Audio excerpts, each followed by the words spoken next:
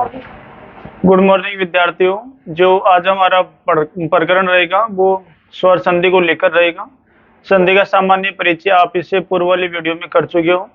तो आइए चलते हैं हम स्वर संधि के परिचय की ओर, स्वर संधि के उदाहरणों की ओर, स्वर संधि की परिभाषा की ओर। किस प्रकार से हम स्वर संधि की पहचान कर सकते हैं, या स्वर संधि किस प्रकार से प्रयुक्त होती है, किन शब्दों में इसकी पहचान होती है, कौन से शब्दों को हम स्वर संधि के रूप में ले सकते हैं। ये स्वर संधि आप देख रहे हो बोर्ड पर, स्वर प्लस स्वर। एक बात निश्चित है विद्यार्थियों, स्वर संधि में स्वर प्लस स्वर की प्रधानता होना अनिवार्य है। अगर आपको धन यानी प्लस के दोनों ओर स्वरों की प्रधानता पाई जाती है, निश्चित रूप से आप जान जाइए स्वर संधि का उदाहरण है वो शब्द। तो यहाँ पर हम पहचान कैसे करेंगे, किस प्रकार से स्वर आएंगे दोनों तरफ। कई बच्चे जो पहली बार संधि का परिचय कर रहे हैं उनके लिए असामंजस्य होता है। चलिए यहाँ पर सर्वप्रथम देखो, ये परिभाषा, ये सामान्य परिभाषा। आप पहले संधि, अगर पहले वाला वीडियो आप देख रखे हो तो आपको इसमें कोई आसानी, इसमें कोई परेशानी नहीं होगी, बल्कि आसानी होगी। आप समझ चुके होंगे परिभाषा को लेकर। फिर भी एक बार मैं आपको इस परिभाषा को लेकर स्पष्ट कर देता हूँ। दो स्वरों के मेल से होने वाले विकार को स्वर संधि कहते हैं। बिल्कुल, विकार का मतलब आपको पहले बता दिया गया था, विकृत हो जाना, मतलब अपने मूल रूप से विकृत हो जाना। तो ये विकृत को और मैं कुछ कर सकता हूं, बिगड़ जाना, बिगड़ जाना अपने मूल रूप से। कई वर्ण होते हैं वो उनका रूप पहले कुछ और होता है, लेकिन बाद में उनका रूप कुछ और हो जाता, विकृत हो जाते, अपने मूल रूप से अलग हो जाते हैं। इसी को कहते हैं विकृत या बिगाड़। चलिए आ जाइए, हम हमारे मुख्य यहाँ पर चलते हैं। हिंदी में देखो, हिंदी में 11 स्वर होते हैं। इसको छोड़ी थोड़ी देर के लिए, अभी फिलहाल हम उदाहरण देखेंगे। हिंदी में 11 स्वर होते हैं, निश्चित रूप से 11 स्वर होते हैं, आपके सामने दिए गए हैं। ये स्वर आपके सामने प्रयुक्त है, हम पहले से पढ़ते चले आ रहे हैं इनको। इनकी मात्रा, ये इस क्रम में इनकी मात्राएं होती है, आप देख सकते हो। उदाहरण देखिए, उदाहरणों पर आ जाइए। मुख्य उदाहरण है समझने के तौर पर, सूर्य अस्त। सूर्य अस्त देखिए विद्यार्थियों, यहाँ पर ये है।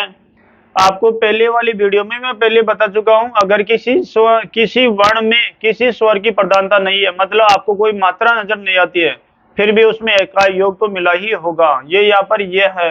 आप सोच रहे होंगे इसमें कोई मात्रा नहीं है इनमें से जो दिया है, लेकिन फिर भी यहाँ पर एकाई योग तो है ही। प्रत्येक स्वर में जिनमें कोई मात्रा नहीं होती, एकाई योग अनिवार्य रूप से होता है। आप देखते जाओ, ये तय है, एकाई योग है। ए में ये एका नहीं है, तो खुद स्वर ये तो इसमें किसका योग होगा? व्यंजन के साथ लगता है स्वर, तब उसमें योग होता है स्वर का। ये यहाँ पर ये है, इसमें से हमने ए को निकाल लिया है, ए को यहाँ निकाल लिया हमने। तो उसके बाद प्लस ए, ये ए यहाँ से ऐसे कैसा ले लिया हमने, ए प्लस ए दोनों मिलकर आ बना देते हैं। बिल्कुल विद्यार्थियों, ये सजातीय वर्ण है, सजातीय स्वर है, ये बड़ा बन जाता है इनका रूप। तो यहाँ पर आ बन गया। हमारे पास शब्द क्या बच गया? सूर्य। ये हमारे पास शब्द बच रहा, सूर्य हलंत लगा हुआ, ये आएगा विद्यार्थियों। समझने की बात ये है, अब पूरा ये नहीं आएगा। ये ए निकाल लिया, जब से ये अधूरा रह गया, हलंत लग गया इसके। प्लस क्या बनाता, क्या बिगाड़ हुआ था? आ। ये आ हमारे सामने था, ये आ बन गया था, ये आ हमने लिख दिया यहाँ। प्लस ए तो समाप्त हो ही गया था, क्योंकि ये यहाँ उतार दिया था, सत बच गया था हमारे पास, सतह। तो ये सतह यहाँ पर लिख दिया हमने। जोड़ लीजिए इनको, योग कीजिए, योग इनको इसमें मिलाइए। आ को या में मिला देंगे, क्योंकि ये स्वर है, स्वर पहले वाले वर्ण में ही मिलता है हमेशा। तो आ को या में मिलाइए, तो या बन गया, सूर्या, या बन गया, और ये सतह, ऐसा कैसा हमारे सामने शब्द है सूर्यास्त। तो यहाँ पर परिभाषा क्या करी थी? दो स्वरों के मेल से, ये स्वर ही तो मिले हैं यहाँ पर, इधर भी स्वर, इधर भी स्वर। दो स्वरों के मेल, मेल यानी मिलान। कई अंग्रेजी माध्यम के बच्चे होते हैं वो नहीं समझ पाते मेल क्या होता। मैच मतलब मिलान, मर्ज करना। दो स्वरों के मेल मिलान से होने वाले विकार, ये विकारित हुआ, बिगड़ गया, बताया था ना आपको। इसका अर्थ विकार का मतलब बिगड़ जाना अपने मूल रूप से, या विकृत हो जाना, यही तो इसका अर्थ था। तो हो गया ना, ये ए और ए की आकृतियां थी, बिगड़ गई, आ बन गया, थोड़ा विकृत हो गया अपनी मूल रूप से। इसलिए यहां कहा गया है कि विकार को स्वर संधि दो स्वरों के मेल से हुआ। दो स्वरों का मेल दोनों का, उनसे विकार उत्पन्न हुआ, विकार हो गया, आ बन गया, तो इसी को क्या कहते हैं, स्वर संधि। अनिवार्य बात यही है विद्यार्थियों, दोनों तरफ स्वर का आना अति आवश्यक है, और हमारे सामने दोनों तरफ स्वर है, यहाँ पर ये समझने की बात है। अगर दोनों तरफ स्वर नहीं है, समझ जाइए स्वर संधि तो है नहीं उसमें, फिर आप व्यंजन में ढूंढिए या विसर्ग में ढूंढिए उसको।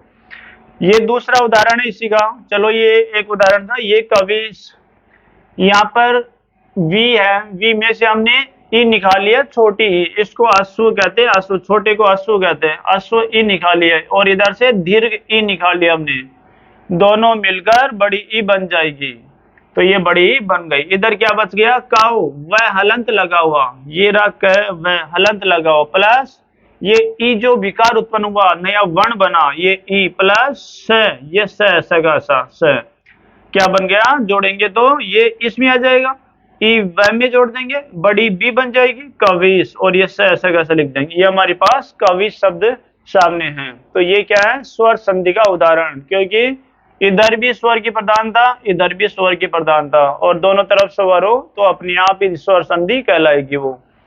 ये भू ऊर्जा है, इधर ऊ की प्रधानता, ये दीर्घ ऊ, और इधर दीर्घ ऊ, दोनों तरफ दीर्घ ऊ, दोनों तरफ दो दीर्घ ऊ मिलकर भी बड़ा ऊ ही बना पाएंगे, तो ये बड़ा ऊ बना दिया। इधर भय बच गया, हलंत लगा हुआ, ये भय हलंत प्लस ये नया विकार आया जो ऊ और रजा, ये जय और र की मात्रा, ये ऊ इसमें आ जाएगा, भय में भू ऊर्जा, ये भू ऊर्जा शब्द बन गया हमारे सामने यहाँ पर।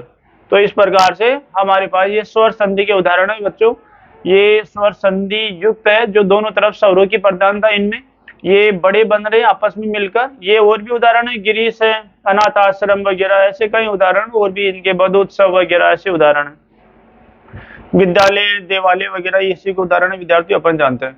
तो ये स्वर संधि है, और स्वर संधि में दोनों तरफ स्वर की प्रधानता होना अति आवश्यक है। अगर दोनों तरफ में से एक तरफ भी स्वर नहीं है तो नहीं है, फिर उसमें स्वर संधि, हम अन्य संधि में उसकी पहचान कर सकते हैं। ठीक है विद्यार्थियों, ये सामान्य परिचय था।